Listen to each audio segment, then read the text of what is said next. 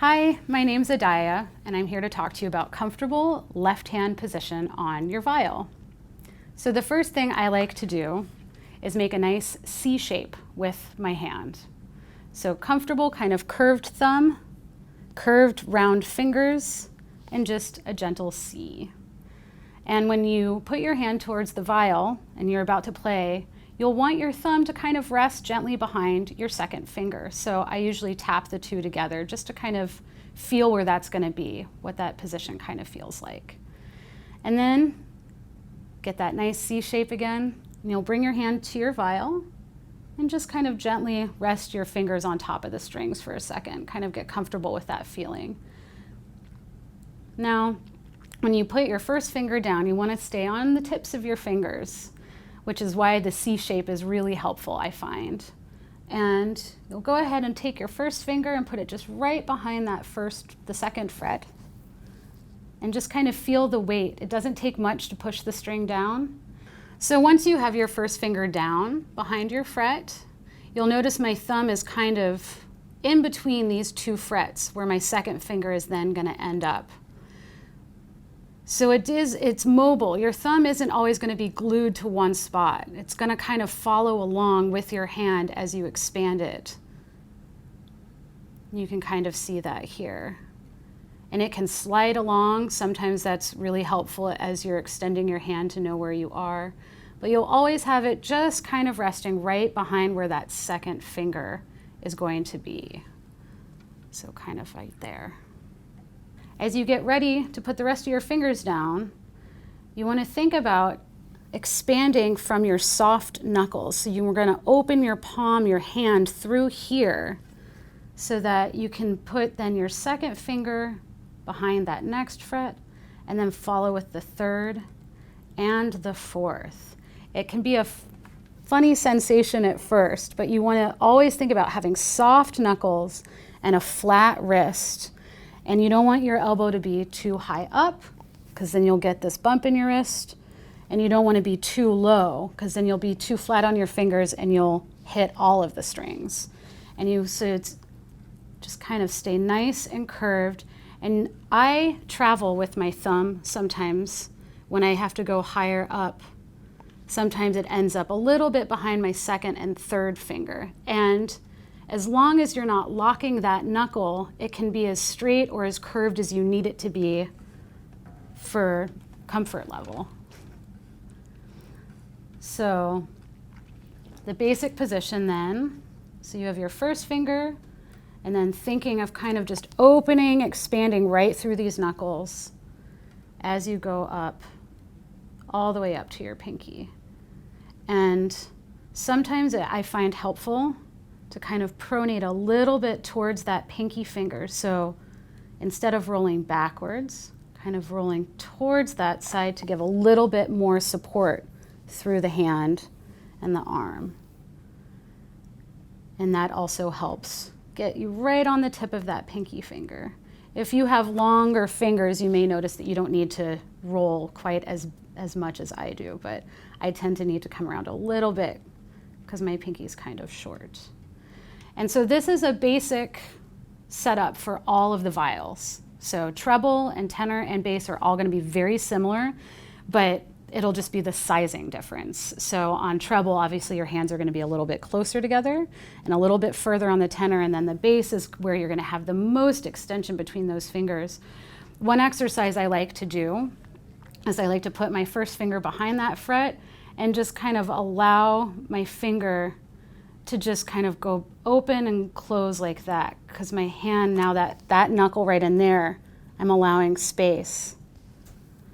And then you can kind of put your second finger down and do that a little bit. It's harder, there's not as much room in between these tendons and knuckles.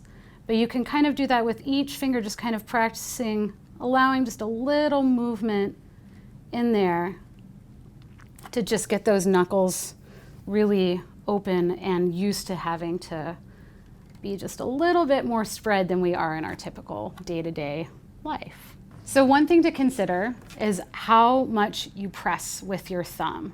We don't want to squeeze.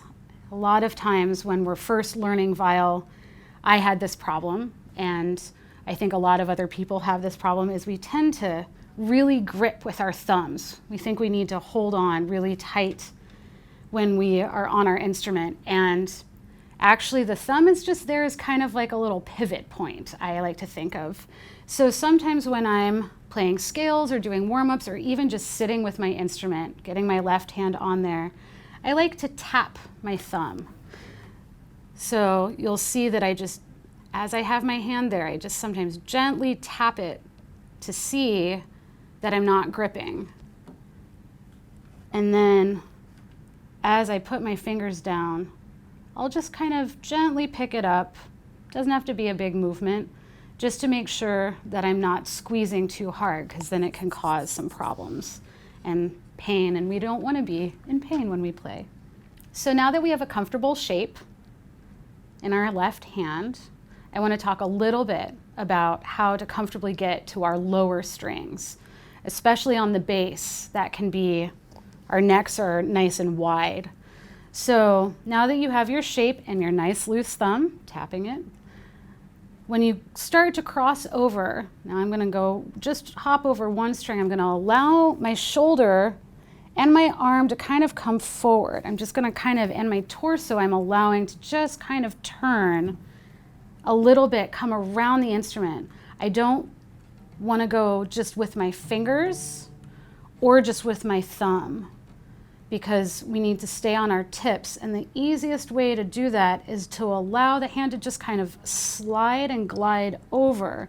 And you can see that my shoulder and my arm are coming forward. I'm still there's a little bit now of shape in my wrist. There's a little bit, but it's important that I'm coming forward from my back and not just trying to come over and grip. And my thumb, I want to be on the far edge of my neck if I need it. It can come forward so that I can get nice on that low side of the strings, on those frets, on my tips, and on the low A for those of us that just have the D. It kind of looks like that. But my thumb stays on the neck, but it doesn't come under. You don't want to end up with a clamp. You want to keep as much of that C shape as possible. So that's where your back and your shoulder coming forward, allowing you to really come around your instrument. You can even think of it as like you're going to hug your instrument, but you're just going to allow your hand to rest on the strings. And still tapping my thumb, so I'm not squeezing. And then you can just gently kind of start to crawl back over the strings. So now that we've comfortably got our left hand set up on the bass, I'd like to talk a little bit about the tenor setup. It's basically the same, still that nice C shape. We still have the second finger thumb connection and a nice low shoulder and soft knuckles, rounded fingers, and still staying on the tips of your fingers. Now you'll notice because it is smaller, it can sometimes feel harder to find the weight in your arm to get into your fingers, because we're just at a little bit different of an angle. So I sometimes like to think of having pads like tree frogs do on their fingers, just kind of like little suction cups, and they're weighted and kind of pulling into me just a tiny bit. You don't actually want to pull the instrument, but it's just allowing to feel a little bit like you have suction pads on there to help grip and feel into the string. And your thumb is still very light. I can still tap it. And as you go over, like the bass, you're going to allow your arm to come around with your shoulder as you go over your strings, and your thumb, like on the bass, is going to come out towards the edge a little bit of your neck, so that you can always stay nice curved, soft knuckles. There's a little bit again of that shape in your wrist as you're coming over, but that's to help us stay nice on those tips. And there's my thumb, still tapping. And then you can just kind of crawl back over to back where you started, and just kind of feel that way. I sometimes like to just do the chicken wing, as we sometimes call it, just a little flapping of the elbow, which also sometimes helps me feel just a little bit of that weight in my fingers. And then there's that nice kind of tree frog suctioning in there. And that's your basic setup on your tenor instrument. So now that we've talked about our left hand shape on the bass and the tenor, I'm going to show it to you now on the treble. Again, it's very similar. You still have that C shape. You still want the second finger and the thumb to be together, so the tapping. And like the tenor, sometimes it's hard to find that nice weight in there. So I think of the tree frog fingers again, a little bit of that elbow flapping to feel the weight. And you'll see my thumb is still right there behind my second finger, and I'm nice on those tips. So soft knuckles, nice curve, flat wrist. And since the treble is smaller, as you go over onto the lower strings, it's not quite as much of that shape in your wrist or coming around like you do on the bass and the tenor. It's just a smaller motion, smaller shape, but still allowing your fingers to be just nice on the tips. And on treble, you will need to sometimes open up a little bit, again, in those knuckles. Just thinking of that opening right in there to get into a little bit of an extension, because sometimes we do that on the treble, depending on fingerings and technique and how some people teach. So you'll just think again of just that opening and allowing a little bit of that rotation in your hand to get nice on the tip of your pinky finger. Again, if you have longer fingers, you'll find you don't need to come around as much. But for me, I tend to need to come just a little bit to keep on that tip. Remember, don't rock back, but stay nice and rounded, still tapping the thumb, nice and relaxed. And that is your basic shape and left hand comfortable technique on the viol.